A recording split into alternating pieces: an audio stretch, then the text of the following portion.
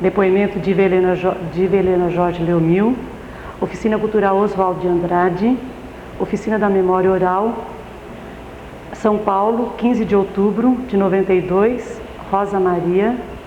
Fita 15, depoimento 28. Pois não. Boa tarde. Boa tarde.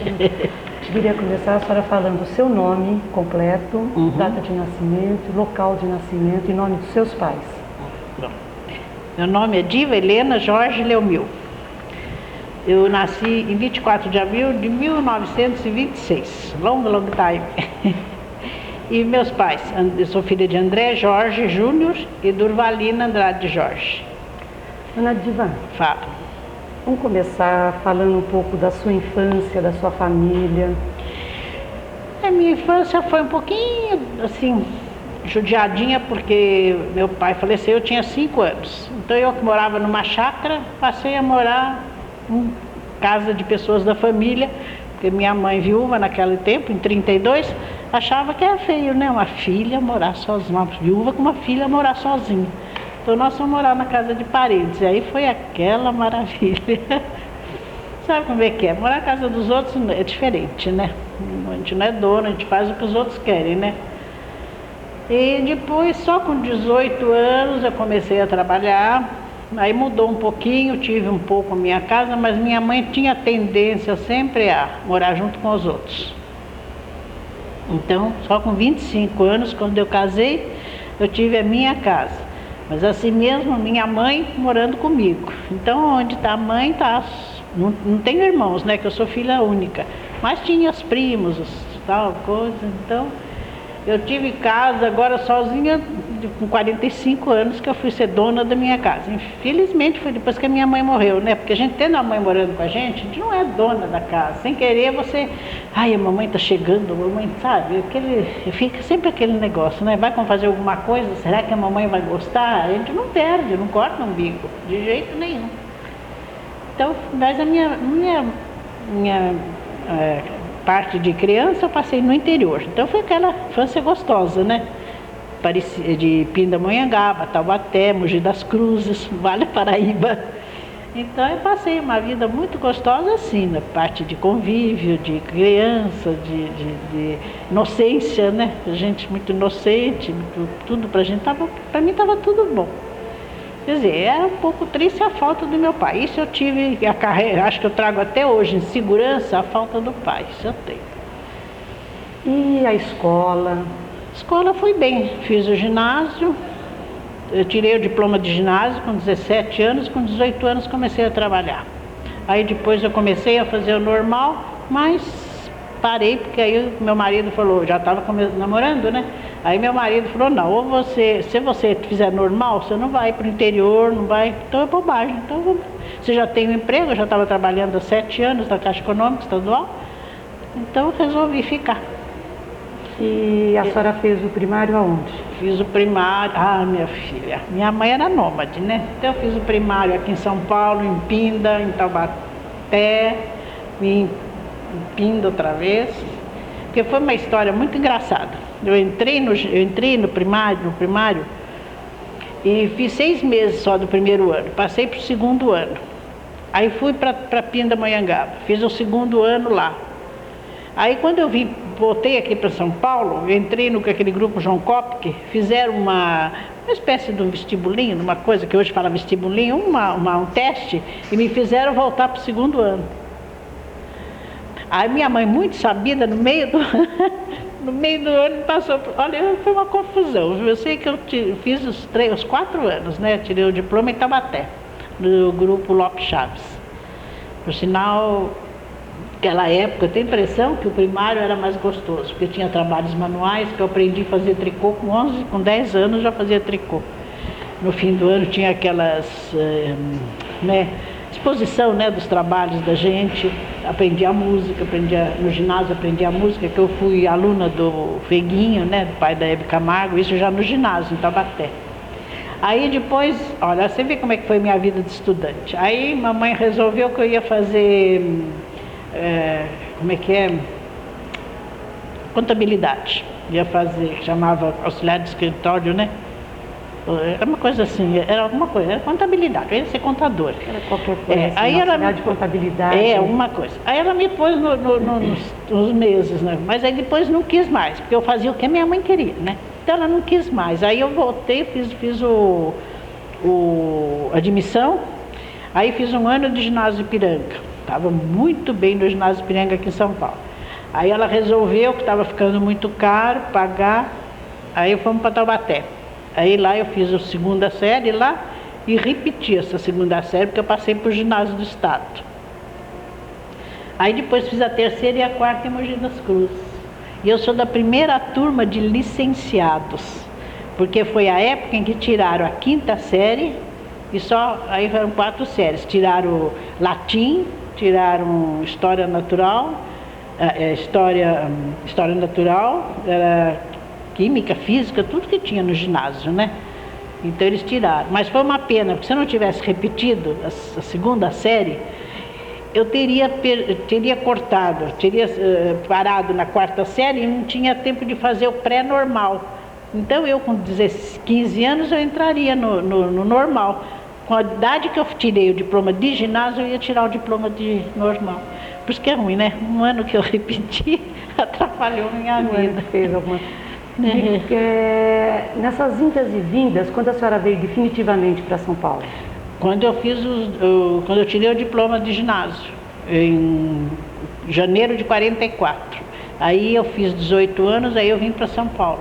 Que em junho eu fui arrumar um cartucho, né? Porque naquela época não se fazia, eu pelo menos não fiz concurso para entrar na Caixa. Eu arrumei uma carta de apresentação. Isso foi dia 13 de junho. E dia 9 de agosto eu estava entrando na Caixa Econômica, isso de 44. Aí nunca mais saí. Aí me conta qual é essa experiência da senhora como bancária.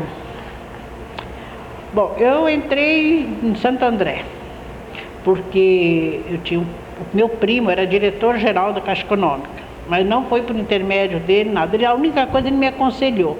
Eu tinha lugar em Areias. Aí ele falou, não, em vez de Areias, tem aqui a capital e tem Santo André. Eu achei que ia ser funcionária na capital, ia ser muito, né? Imagina, funcionária na capital, então eu preferi Santo André. E com ideia, minha mãe já com ideia de mudar para Santo André. Mas continuamos ali, morando no Ipiranga. E eu tomava o trem todo dia, né? Para Santo André. Aí com um ano e pouco, eu falei, bobagem, né? Eu vou mudar e pedir transferência para a cidade. Aí vim, um ano e uns meses eu vim para a cidade. Aí vim trabalhar na parte, já comecei, eu sempre me interessei por máquina, né? Aí já fui para a parte de juros, né? A parte que fazia os sumários, né? As coisas, trabalho da Caixa de juros. Depois eu comecei a fazer normal, e aí eu achei que eu, como fazendo normal, seria bom trabalhar no bairro. Aí eu passei num prédio assim, vi que estavam a Caixa querendo abrir agências e eu querendo estudar no Ipiranga, morar no Ipiranga, trabalhar e estudar no Ipiranga. Então eu vi aquele prédio, eu não sei o que me deu na cabeça, eu falei, mamãe, vamos falar, né? Quem sabe? Aí descobri quem era o dono do prédio, eu com a mamãe fomos e falamos. Fui falar na Caixa, fui falar para o dono do prédio. Aí aconteceu que eles me alugaram um apartamento, aí eu morava em cima da Caixa. Eu trabalhava, e aí fazia normal, né? Para mim era ideal, porque eu saía da escola normal, dava tempo de almoçar e trabalhar. Aquele tempo era do meio-dia às 6, né? Aí depois de muito tempo, em 1950 eu estava trabalhando, 51 eu casei. Aí quando foi lá para 54, mais ou menos 55, eu pedi transferência, porque aí a agência estava muito sobrecarregada. E eu vi aqui nos outros lugares, né, que no governo do seu Jânio Quadros, ele resolveu de 6 funcionários tirar 3. Então ficamos em 3 só. Tinha dias que tinha 2 só. Se desse uma dor de cabeça numa, ficava uma só, né? E eu vi, eu falei, gente, eu sou escriturária. Na Caixa não consegui nunca ter posto melhor, né? Comecei escriturária e terminei escriturária. Me dedicava a tudo. Eu falei, tô perdendo tempo. Aí fui para a cidade. Aí eu trabalhei tempo na cidade, tudo, depois voltei. Depois um dos diretores lá da Caixa entrou na Caixa, voltou, ele estava assim, à disposição numa outra secretaria, voltou e resolveu que era para voltar para as agências. Eu, naquela época, estava trabalhando na biblioteca e fui para a agência, voltei para a agência outra vez. Aí, nesse inteirinho, houve uns casos de morte na minha família, aí eu falei, não, vou voltar para a cidade. Aí foi que eu conheci a senhorita. Falou do casamento. Como foi que a senhora conheceu o seu marido? Meu marido foi engraçado. Uma vez a minha cunhada estava mostrando umas fotografias, aliás, não era minha cunhada, né? Era minha conhecida. Eles são contraparentes, sabe? Nós somos todos de São José dos Campos, a família da minha mãe e do meu marido. Então, a mamãe falava, o tio Totoca, também, a minha sogra também falava, eram assim meio parentes, né? E conversando com a minha cunhada mostrou fotografia dos irmãos, todos estavam solteiros naquela época, então ela começou a fazer o casamento dos irmãos com as moças que estavam ali por perto, né? E ela fez o casamento do meu marido, falou, fulano, o Zé Maria, né? O Zé vai casar com fulano, né? E eu não gostei. Eu achei que ela devia ter falado que o Zé ia casar comigo, mas nunca contei isso para ninguém, fiquei quieta. Aí, passados os tempos, ele foi o último da família que eu conheci. Aí ele veio de Belo Horizonte e eu conheci até na cozinha da casa deles, né? Porque eu morava em frente, né? Olha, vem ver, o Zé Maria chegou. Aí eu estava sentado na cozinha, nós começamos a conversar, nós tivemos uma amizade de 2 anos.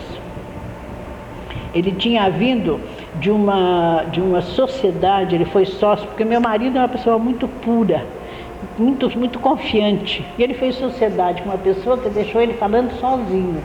E ele, para não ficar o nome feio, ele vendeu tudo que tinha. Então ele veio praticamente a zero.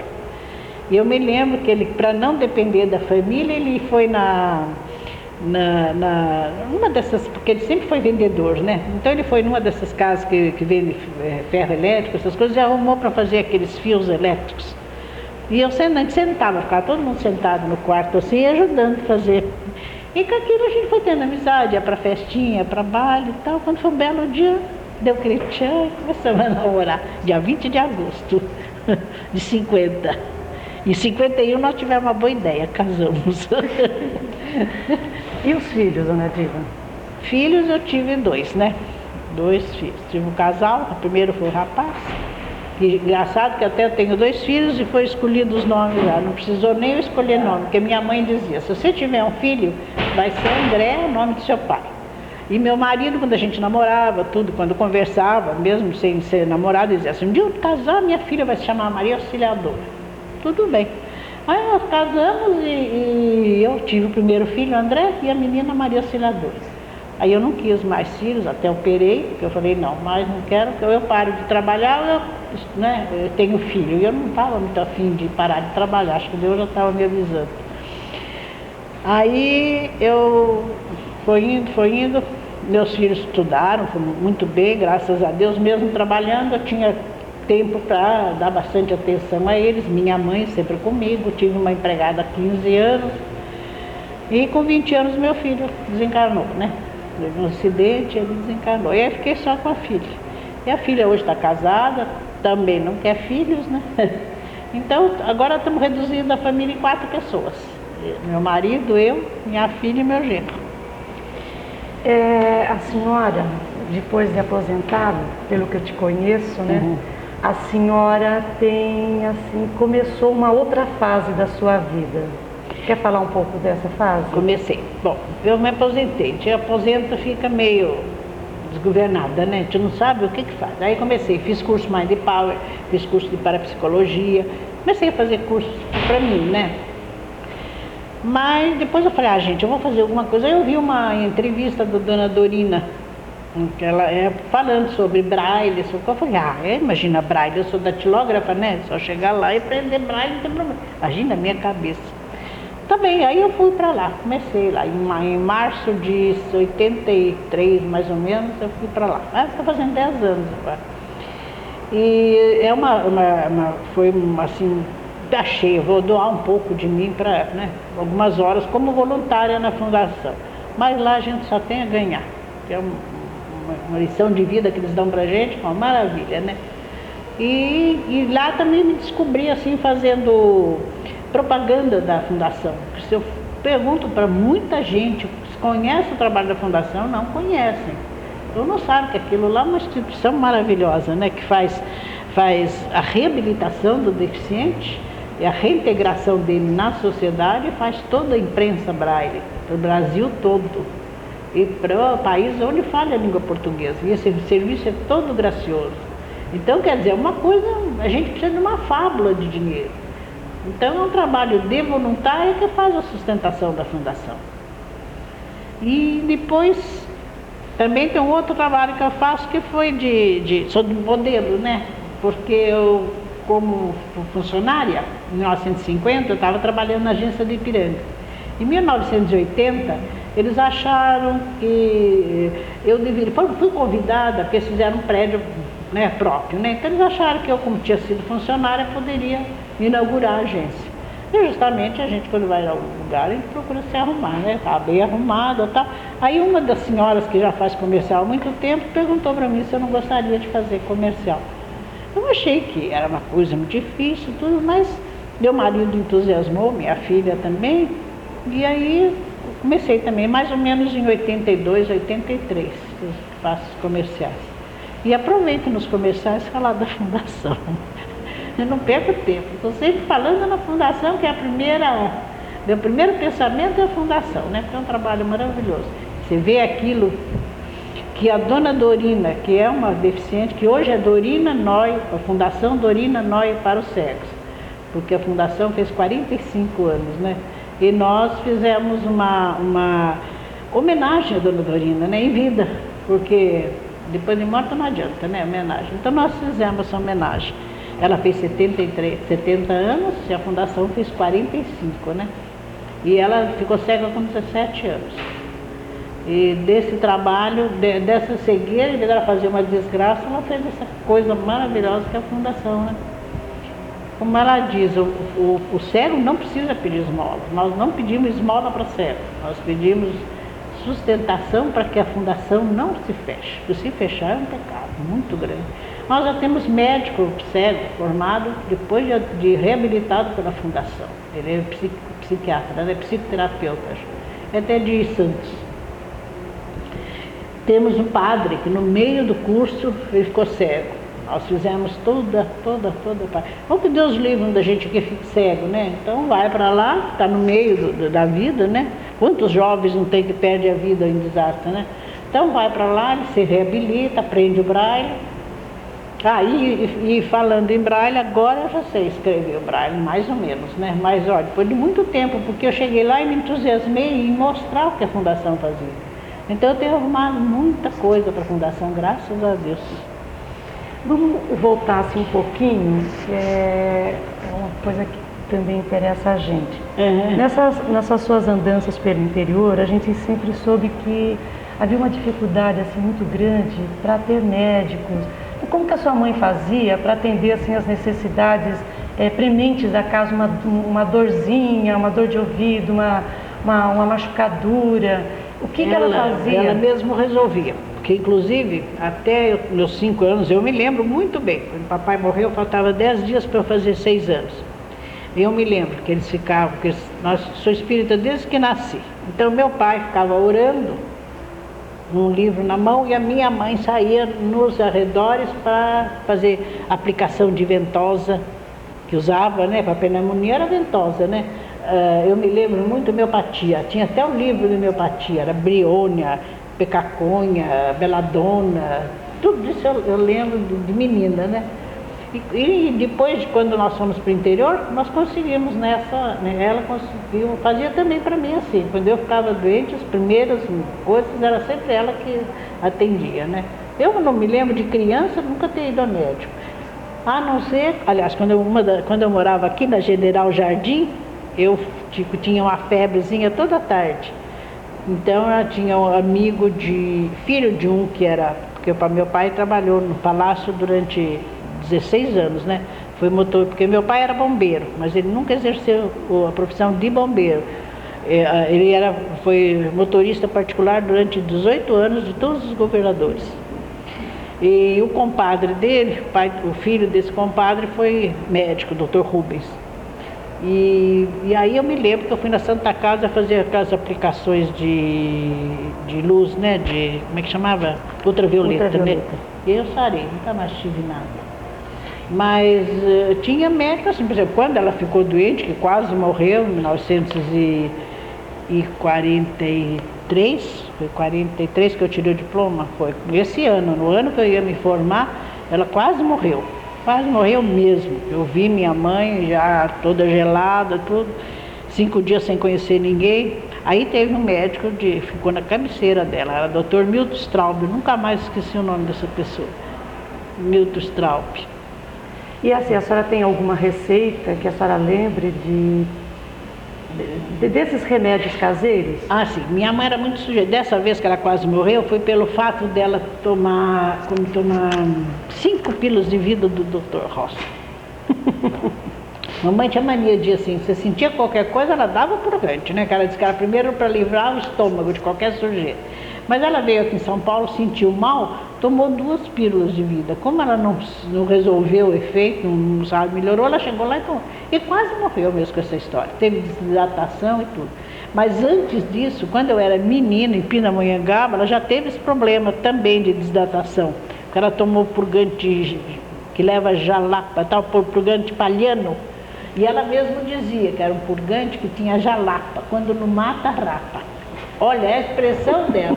E ela quase morreu. Aí sabe o que ela fazia? Para o estômago fortificar, batia gema de ovo com vinho do Porto. E punha no estômago, para fortificar o estômago, para poder a comida cair e não fazer mal. Que loucura. E sanapismo também, que isso é famoso, né? O sanapismo é pôr aqui, alho aqui. O alho não era sanapismo, sanapismo era mostarda, fazia uma papinha de mostarda e punha na perna para a febre descer. Essas coisas que eu me lembro de criança, né? Fazia muito isso. Dona Diva, o que mais marcou em toda a sua vida? A morte do meu pai, né? Que foi uma reviravolta, 2 mortes. Assim, foi assim o fato mais importante? Mais marcou, porque eu estava com tudo na vida, né, para ser feliz, né? Uma chácara gostosa na Penha, ele com ideia de trazer meu avô, minha avó, ia aumentar, ia comprar um carro. Naquela época, quando ele morreu, ele já tinha sido reformado, que tinha sofrido do coração. E mamãe contava, que numa das curvas que ele fez com o governador no carro, ele sentiu mal. Aqui nas redondezas aqui dos Campos Elíseos, né? E ele viu, né, o governador, que ele teve para presidente, né? Ele percebeu e fez uma junta médica e o papai foi reformado. Mas depois ele começou a trabalhar como inspetor de alimentação pública. E naquela época, não é que ele recebesse bola nem nada, mas se ele fazia uma vistoria numa fábrica, estava tudo bem, às vezes eles presenteavam, né? Não ele, mas mandavam, perguntavam se tinha criança, então eu lembro dos docinhos. Por exemplo, uma fábrica de chocolate mandava aquela porção de chocolatinho, me lembro de doce sírio. Agora, meu pai era uma coisa maravilhosa. Eu era filha única, porque perdi 3 irmãos. Meus 3 irmãos faleceram todos na primeira infância, sendo que 20 dias depois que eu nasci, ele morreu. Aí meu pai, então eu tinha um quadro muito bonito na parede, era Jesus, mas não Jesus assim sofrendo, era Jesus com uma roupa azul, eu me lembro assim, era uma coisa assim, grega, né? Aquela grega assim, dourada, assim, e a cruz muito leve, ele carregando uma cruz. E embaixo tinha 3 anjinhos. E eu tinha convicção que eram meus 3 irmãos. Então ele perguntava, fulano falou alguma coisa, Heleninha? Eu falei, porque eu tenho, em casa sou chamada de Heleninha, né? Heleninha fez isso, Heleninha... Não, Heleninha, tudo bem com a Heleninha, né? Então eu ia correndo no fio, porque a luz não era embutida, né? Então era aquela alegria de eu encontrar no fio da luz alguma coisa. Era um parzinho de chinelo, biblioqueiro, sabe? Alguma coisa sempre ele trazia. Agora, de uma hora para outra, em 10 dias ele faleceu, né? Aí mudou toda a nossa vida. Aí saímos da chácara, fomos morar que foi em 32, justamente a Revolução, né? Que nós fomos morar em Mogi das Cruzes, já na casa de parente, né?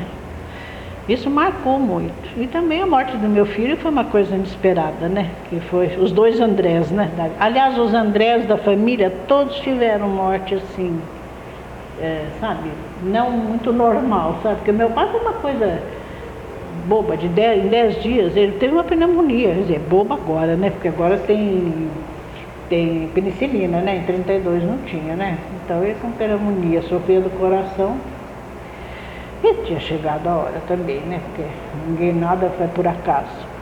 E meu filho que sofreu um acidente, né? Foi mexer numa espingarda, a espingarda escorregou e foram 3 tiros, né? Um peito na cabeça e no vitrô.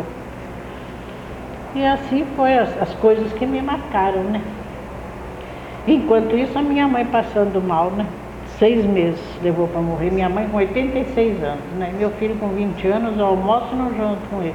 Então a gente precisa ter uma fé mesmo muito grande, que isso aqui é passagem, que a gente está aqui, alguma coisa, Deus me reuniu com essa criatura maravilhosa que foi meu filho.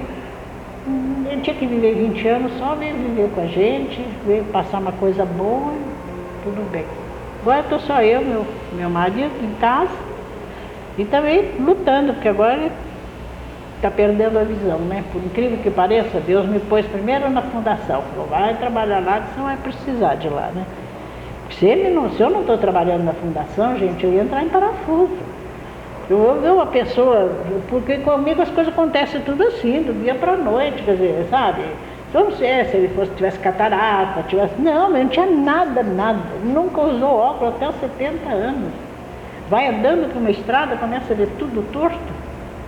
Quer dizer, né, foi um negócio. E ele ágil ainda, trabalhando com 70 anos, né? Ele está trabalhando, hoje deixei ele lá, fazendo, mesmo assim enxergando de lado, ele está fazendo um banquinho, sabe, aqueles banquinhos para sentar. Ele está achando que não está muito bom, então resolveu, desmontou o banquinho e está refazendo. Isso para ele é bom, né? Dona Dila, se a senhora tivesse que mudar alguma coisa na sua vida, em toda essa sua trajetória, desde quando a senhora nasceu até hoje, a senhora mudaria alguma coisa? Olha, a única coisa que eu mudaria era eu ser mais, não ser tão insegura. A única coisa que me falta é segurança, porque eu acho que não é tudo bem. Eu gosto, acho que a vida é boa, fico feliz em ver os outros felizes, porque eu respeito muito os outros, eu sou incapaz de pedir desculpa para alguém, porque também eu sou incapaz de ofender alguém. Você trabalhou comigo, você sabe, né? Eu acho muito chato esse negócio da pessoa. Desculpa, viu? Desculpa que eu te... Ah, pelo amor de Deus, primeiro você faz a pessoa sofrer, a pessoa chorar, depois pede desculpa. Então não faz, né? Assim eu acho que as coisas que você acha que é pecado na vida, se é pecado, não faz, gente. Né? Você primeiro faz o pecado, depois, ai meu Deus, me perdoa que eu fiz isso. Então, né? Você está sabendo que é pecado. Se você vai confessar para o padre, que nem o negócio de confissão, né? Você sabe que é pecado, né? Então não faz, né? Eu acho. Eu acho que eu não mudaria, não. Na minha vida, não.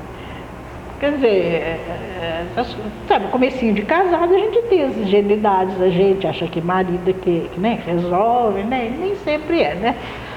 Então, depois que eu tomei a direção da casa, da coisa, a gente conseguiu amealhar alguma coisa. Porque do jeito que meu marido ganhou dinheiro, gente, eu não era para ter um prédio, um apartamento, era para ter um prédio. Sabe? Então essas coisinhas pequenas, mas que graças a Deus, em compensação, tem tanta coisa boa que isso dele ser mão aberta eu já segurei, então eu controlo, né? Mas acho que foi tudo bem na minha vida, graças a Deus. Um sonho. É? Um sonho. Um sonho? Ai, não sei, meu sonho, sei lá, eu acho que era ter mais aconchego de família, coisa que eu não, sabe, que vamos como diz, por partes. Avós, eu não tive convivência. Os pais da minha mãe faleceram, eu nem conheci. E os pais do meu pai, como ele morreu, eu tinha só 5 anos, ele lá no interior, meus pais no interior, foi ficando difícil para a gente ir, fui me distanciando. Só vi na hora que morreu, na missa de 7º dia, não tive convivência. Irmãos eu não tive. A mãe, tudo bem, tive, mas também é outro probleminha. Foi um outro probleminha. Então, não era aquela, sabe, aquele tchan de mãe com filha, sabe? Era minha mãe, cara. Eu vim aqui no mundo para descontar alguma coisa, né? Filha também passei uma época assim, 50. Então, quer dizer, agora, graças a Deus, está tudo maravilhoso. Minha filha está 90% muito melhor, mas ainda falta alguma coisinha, sabe? Eu gostaria, por exemplo, de uma família mais aconchegante. Eu me dou muito, mas não diz que a gente deve fazer as coisas sem esperar, né? Mas não dá muito não, né? Por mais religião que você tenha, por mais coisa, às vezes eu digo, ontem mesmo eu comentei com meu marido, puxa, fizemos tal coisa, tal, fizemos isso, fizemos aquilo, a pessoa nem tchum, né? A gente fica meio... Que mensagem a senhora deixaria, gravado aqui, para essa juventude que vem vindo agora, para esse pessoal, para as crianças, para os jovens? Olha, eu acho que tem que agir com muita sinceridade, com muita lealdade. Gostar, a primeira coisa de você. Se você não gostar de você, minha filha, ninguém vai gostar. Você tem que se gostar, tem que se respeitar, a primeira coisa. E nem minha mãe, quando, logicamente, filha de viúva, a família toda quer mandar, né? Então minha mãe dizia, você tem um nome para zelar. Mas além de ter o nome do meu pai para zelar, tinha o meu próprio, né? Porque eu acho que se você faz as coisas que você sabe que depois aquilo vai refletir em quanta coisa... gente, eu não vou falar mal de ladrão, de preso, de nada, mas gente do céu, você faz uma coisa horrorosa e depois fica criticando que lá está ruim, mas não estava bom na sua casa? Por que você vai fazer um negócio ruim para você sair do convívio da família e parar num quarto que cabe uma pessoa, tem 50? Sabe? Então eu acho que você tem que procurar viver bem. Não ir muito em turma, viu? Eu acho que de turma sempre fez mal. Eu nunca me enturmei. Porque turma dá margem para você fazer uma opção de coisa errada. Se 1, 2 pessoas, 3, tudo bem. Mas andar em turma, um atira a pedra, você não tem nada com a pedra, você entra no rolo, né? E saber um pouquinho com quem anda, porque esse negócio é um pouquinho certo, né? Se você puder reabilitar aquela pessoa com conselho, com alguma, puder tirar a pessoa daquele convívio ruim para você, tudo bem, mas não ver com quem você anda. Porque às vezes você também está dentro de você está com vontade de fazer alguma coisa mal feita e não tem coragem. Quando você dá com um que faz aquilo, aí você aproveita e faz junto. Não é? Às vezes tem isso, não tem? Às vezes não é a companhia que fez mal para você, não. É porque você estava com vontade de fazer coisa errada. Porque eu fui de ginásio, infelizmente, funcionária pública, tinha aquela faminha, né? Eu entrei nova no funcionalismo público, tem gente que, pois é, então, né, aquela conversa de funcionário, de os maiores e tal, mas não, você mantém a distância que nada te abre. E muita fé em Deus, né? Esse é o principal. O que a senhora acha? Assim, nós temos convidado Acho que eu tô falando a senhora, demais, né? Nós temos convidado a senhora para vir aqui fazer um depoimento de um pedaço da sua vida, que acho que para falar sobre a sua vida levaríamos muito mais tempo, né? Mas das coisas mais importantes. Olha, se esse meu depoimento servir de alguma coisa de bom para alguém, de exemplo para alguém, tomara que isso surta efeito de bom para alguém. E agradeço, porque quer dizer que vocês acharam que eu tinha alguma coisinha de relevante para falar para alguém. Nós Fico muito feliz. Agradecer. E com a sua amizade nem se fala, né? Nós é que temos que te agradecer. E decorrente da sua amizade, fico conhecendo outras pessoas que devem ser igual a você. Obrigada, dona Dina. Nada, imagina.